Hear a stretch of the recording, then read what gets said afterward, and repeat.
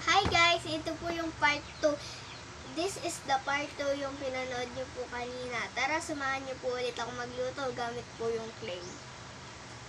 So, ngayon po, nagawa na po ako ng panglahok sa pasta. Ayos na po tong pasta, oh.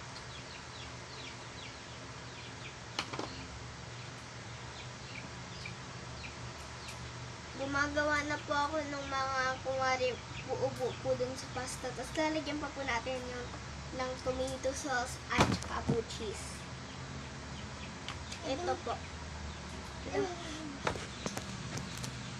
Ano yan? So, ito na po yung ating cheese. Cheese, tomato sauce. Ang color. Red din. Kita na.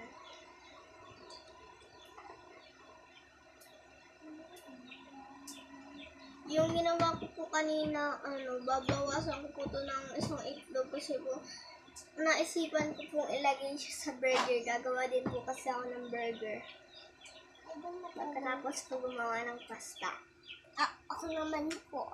Tapos po, pag hanggang ilan, part 1, part 2, part 3, part 4, hanggang saan po umawat yung aming pag-vlog. Tapos po, natapos na po ako, siya naman po, halinhinan po kami. Okay.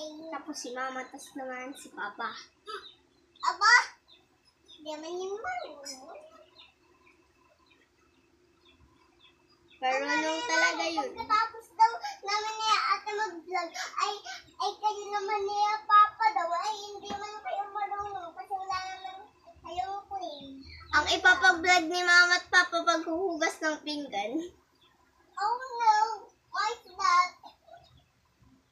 Shooting with the jacket and the sweet delight and style. Show me what's underneath. I find your harmony. Focus with all my eyes. This is what it sounds like. Ilalahok na po natin. Lagay na po natin yung ating pasta. Saan? Lagyan po mo. Painitin po muna natin yung kawali. Next, ilalagay na yung ating pasta. Uy! Lag-lag din ang kawali. Pasta. Buo pa yung pasta, oh. Hindi pa siya na, pag iniisod ko.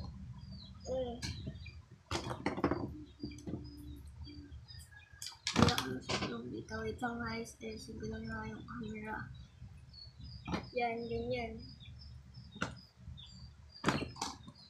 Pag hiwa-hiwalayin ko na lang muna. At dikit-dikit.